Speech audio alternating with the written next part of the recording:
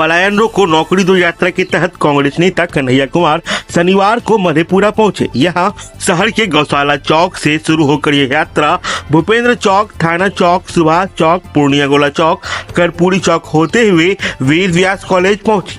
वहीं circuit house में आयोजित प्रेस वार्ता में कन्हैया कुमार ने कहा कि यह यात्रा गांधी आश्रम भितिहरवा से शुरू हुई थी और सहरसा सुपौल होते हुए मधेपुरा पहुंची है। उन्होंने कहा कि यह केवल एक राजनीतिक अभियान नहीं बल्कि बिहार के नौजवानों और छात्रों की आवाज है। उन्होंने मधेपुरा के प्रथम सांसद किराय मुसहर के परिवार की स्थिति पर चिंता जाहिर करते हुए कहा कि आज तक उनकी समाधि स्थल पर स्मारक का निर्माण नहीं किया गया। साथ ही बिहार में शराबबंदी की विफलता को लेकर भी उन्होंने सरकार को घेरा। उन्होंने कहा कि बिहार का युवा अब ड्रग्स और स्मैक जैसे घातक नशे की चपेट में आ रहे हैं। कन्हैया कुमार ने राज्य में रोजगार की कमी को लेकर सरकार की नीतियों की आलोचना की। कन्हैया कुमार ने कहा कि 14 करोड़ की आबादी वाले राज्य में 14 सरकारी बीएड कॉलेज भी नहीं है। निजी बीएड कॉलेजों में 1.5 से 3.5 लाख रुपए तक की भारी भरकम फीस वसूली जा रही है, जिससे गरीब और वंचित तबके के छात्रों के लिए उच्च शिक्षा प्राप्त करना मुश्किल हो गया है। साथियों, जैसा कि आप सबको मालूम है, पलायन रोको नौकरी दो यात्रा जो भितिहरवा गांधी आश्रम से शुरू हुई है, कल सुपौल से होते हुए आज मधेपुरा में यह पदयात्रा जारी है और रास्ते में लोहिया जी, कर्पूरी जी, जेपी जी, बीपी मंडल जी, शरद यादव जी, सुभाष चंद्र बोस जी, तमाम विभूतियों के मूर्ति पर समाधि स्थल पर माल्यार्पण करते हुए किसानों, मजदूरों, दुकानदारों, महिलाओं, पुरुषों, हर आयु वर्ग के लोगों से मिलते हुए, हर पेशे, जाति, धर्म, संप्रदाय के लोगों से मिलते हुए, उनका दुख दर्द साझा करते हुए यह यात्रा अनवरत आगे बढ़ रही है। आज मधेपुरा की पदयात्रा समाप्त हो जाएगी। उसके बाद कल हम लोग जो है फिर अररिया में अपनी पदयात्रा करेंगे। इस संबंध में मैं 3 महत्वपूर्ण बात आपसे साझा करना चाहता हूँ। एक, जो हमारे साथी गरीब भाई ने आपको कहा, यह यात्रा बिहार के नौजवानों और छात्रों की यात्रा है और धीरे धीरे इस यात्रा की जो भावना है, इस यात्रा का जो उद्देश्य है, उससे बिहार के आम लोग जुड़ रहे हैं। और यह बात हम इसलिए कह रहे हैं कि इस यात्रा ने शुरू से ही यह कोशिश की कि यह मंच बने उन लोगों का जिनकी आवाज नहीं सुनी जाती है या जिनके जरूरी मुद्दों को नजरअंदाज किया जाता है। अलग अलग दिन अलग अलग विषय पे हम लोग प्रेस वार्ता करते रहे और स्थानीय लोग उस प्रेस वार्ता के माध्यम से अपनी बात उठाते रहे। अब जब हम आज 14वें दिन मधेपुरा में हैं, तो स्थिति ये बन गई है कि कोई भी आम साधारण व्यक्ति यात्रा के बीच शामिल होते हैं और अपने मुद्दे को बता करके, समझा करके चले जाते हैं। फिर हम लोग कोशिश करते हैं कि आपके माध्यम से उन मुद्दों को रेज करें।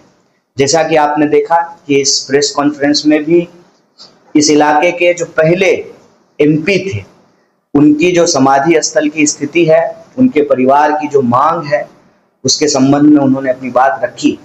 डॉक्टर अंबेडकर कहते थे कि जो पीढ़ी इतिहास नहीं याद रखती है, वो पीढ़ी इतिहास बना भी नहीं पाती है, इतिहास भी उसको भुला देता है।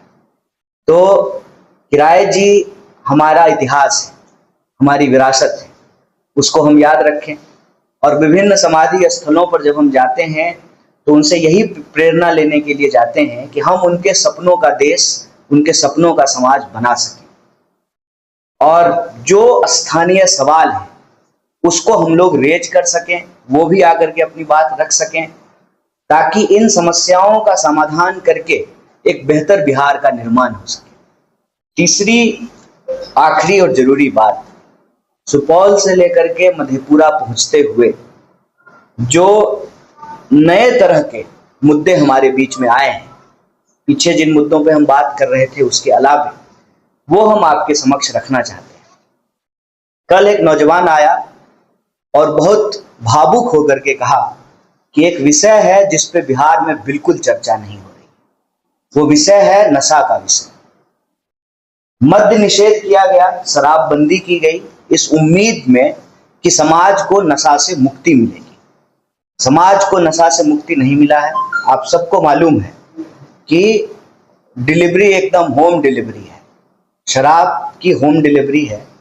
लेकिन नए तरह के नशे की चपेट में हमारा नौजवान आ चुका है और उस नौजवान ने अपने घर की व्यथा बताई कि लाख कोशिश के बावजूद हम अपने घर के नौजवान बच्चों को जो ड्रग्स बिहार में चल रहा है उससे हम नहीं बचा पाए।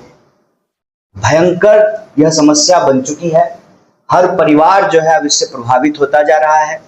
बिहार के नौजवान ड्रग्स की चपेट में आ रहे हैं और ये बिल्कुल अलग तरह की समस्या है जो पहले कभी भी बिहार में नहीं देखा गया था और जिलावार ये समस्या जो है देखने को मिल रही है। तो हमारा इस यात्रा के माध्यम से यही मांग है कि नशा नहीं नौकरी दो। बिहार के नौजवानों को नौकरी की जरूरत है, काम की जरूरत है, रोजगार की जरूरत है। जब सरकार काम रोजगार नहीं दे पा रही है तो मुझे लगता है कि साजिश के तहत समाज के जो भविष्य है, देश के जो भविष्य हैं, उसको नशे में झोंका जा रहा है। और नशाखोरी अगर इस तरह से बढ़ेगी तो इसकी बहुत संभावना है कि समाज में हिंसा बढ़ेगी, अपराध बढ़ेगा। तो ये एक बहुत अलार्मिंग सिचुएशन है जिस पे हम आप सबका ध्यान आकृष्ट करना चाहते हैं। दूसरा, आज मधेपुरा में आने वाले कुछ शिक्षक आकर के मिले और उन्होंने एक बहुत ही इंटरेस्टिंग आंकड़ा दिया। कहा 14 करोड़ लगभग पॉपुलेशन हो गया है अनुमानतः, क्योंकि 2011 के बाद जनगणना तो हुई नहीं है। जब जनगणना ही नहीं हो रही है तो जाति जनगणना कहाँ से होगी, क्योंकि सरकार का इंटरेस्ट नहीं है सामाजिक, आर्थिक और राजनीतिक न्याय देने में। उन्होंने कहा कि 14 करोड़ के पॉपुलेशन में 14 भी सरकारी बीएड कॉलेज नहीं है और जो प्राइवेट बीएड कॉलेज है उसकी हालत ये है कि मिनिमम 1.5 लाख से लेकर के 3.5 लाख रुपए तक फीस है उसका। ये सिर्फ पढ़ने का फीस है। बीएड करने के बाद नौकरी मिलेगी इसकी बिल्कुल गारंटी नहीं। अब आप हमको बताइए, जिस देश में 80 करोड़ लोग 5 किलो अनाज लेकर के गुजर बसर करते हो, वहां 3.5 लाख रुपया देकर के कौन बीएड करेगा? क्या शोषित, पीड़ित, वंचित समाज के लोग, गरीब लोग, चाहे वो किसी भी जाति के हो, क्या वो बीएड कर पाएंगे?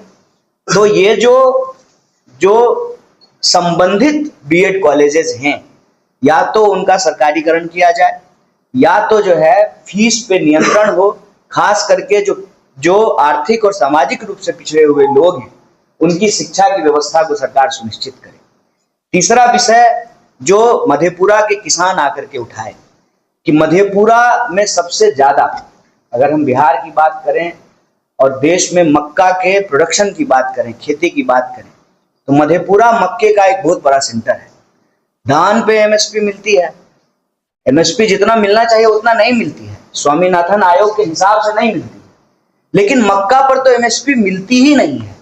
सरकार 1 रुपया भी जो है मक्के पे जो है एमएसपी नहीं देती है और इस इलाके में बड़े पैमाने पे मक्के की खेती होती है और मक्के की खेती से जुड़ी हुई जो समस्याएं हैं, चाहे वो एमएसपी की हो, बीज की हो, खाद की हो, समय पे सिंचाई की हो, इस संबंध में जो है किसानों ने अपनी बात रखी कि सरकार को मक्के पर भी एमएसपी देना चाहिए। इस इलाके के आम लोगों ने एक सवाल उठाया कि चांद पे पहुंच गए हैं, मंगल पे जाने की तैयारी कर रहे हैं, दुनिया भर का 90% जो सैटेलाइट है वह भारत में ही उसको छोड़ा जाता है, उसका जो है प्रक्षेपण किया जाता है।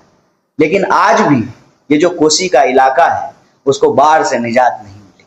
नतीजा क्या है कि सर्किट हाउस तो बहुत बढ़िया एकदम चमक रहा है, लेकिन आप जब बस्तियों की हालत देखेंगे, गाँव की हालत देखेंगे, सड़कों की हालत देखेंगे, धूल, धुआं, धक्का मुक्की, इस तरह का सिचुएशन में जो है यह इलाका पड़ा हुआ है। बाहर की विभीषिका पे जो है कोई ठोस नीति निर्धारण जो है वो नहीं हो रहा है। साथ ही साथ आज एक प्रतिनिधि मंडल हम लोगों से आकर के मिला और आप लोगों ने सुना होगा कि सरकार कुछ दिन पहले यह आह्वान की कि बिहार के जो पढ़े लिखे टेक्निकल नौजवान हैं अब उनको बिहार में ही नौकरी मिलेगी। खास करके जो इंजीनियरिंग इंजीनियरिंग की पढ़ाई किए हुए लड़के लड़कियां थे, उनको जो है ठेके पे जो है जिला में और ब्लॉक में नौकरियां दी गई और इस योजना का नाम दिया गया डिस्ट्रिक्ट प्रोजेक्ट मैनेजमेंट यूनिट और ब्लॉक प्रोजेक्ट मैनेजमेंट यूनिट। इसमें हर जिले में जो है टेक्निकल लोगों को बहाल किया गया। आज आनन फानन में इन सबको सूचित किया गया है और अचानक से जो है इनको सरकार इनके काम से हटा रही है, जबकि जो सही वेतन मिलना चाहिए इनको सही वेतन मिल भी नहीं रहा था। कम वेतन पर भी ये इसलिए काम करने को तैयार हुए कि कम से कम मधेपुरा में नौकरी मिलेगा तो किराया तो नहीं मिलेगा ना, अपने घर में रहेंगे, अपने जो है जो छोटा मोटा खेत है उसका सब्जी खाएंगे, दाल रोटी खाएंगे, तो 20-25 हजार रुपया भी जो मिलेगा वो बाहर के 1 लाख रुपया के बराबर है। बड़े पैमाने पे लोग यहाँ आए, लेकिन अब जब उनको नौकरी से निकाला जा रहा है तो वो मजबूर है कि वो फिर से पलायन कर जाए। तो सरकार एक तो कम वेतन पे जो है लोगों से रोजगार कराती है और जो रोजगार मिला हुआ था अब आनन फानन में जो है उसको हटा रहे हैं।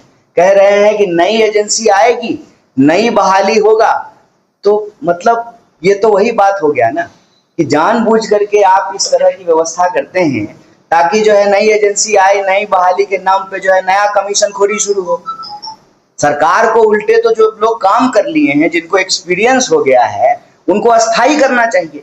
और अस्थाई और कम वेतन के सवाल पे आज जो है एक होम गार्ड की महिला जो है हम लोगों की यात्रा से जुड़ी और आकर के अपना सवाल उठाया कि हमको सिर्फ 22,000 रुपया अगर पूरा महीना ड्यूटी करेंगे तो मिलेगा, 1,800 रुपया जो है PF काट कर। हमको जो है जो अस्थाई सिपाही होते हैं उनके अनुपात में सैलरी नहीं मिलती है और जितना दिन काम करेंगे उतना ही दिन सैलरी मिलेगा।